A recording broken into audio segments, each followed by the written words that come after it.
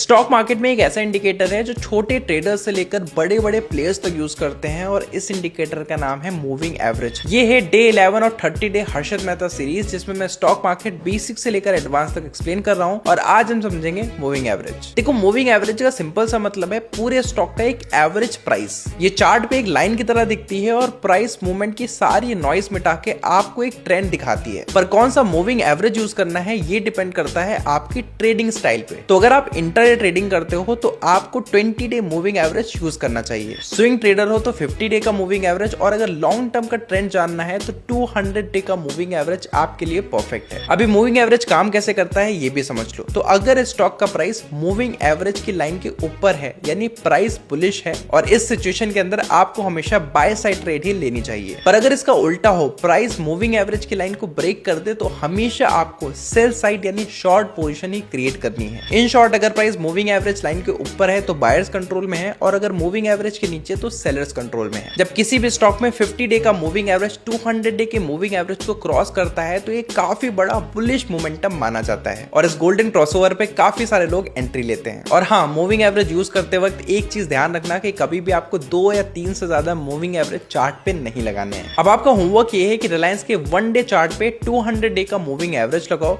और मुझे कमेंट के अंदर बताओ कि करेंटली रिलायंस का स्टॉक मूविंग एवरेज के ऊपर है या फिर नीचे। बाकी आप फॉलो कर लेना, वरना इस सीरीज की वीडियोस आपसे मिस हो जाएंगी।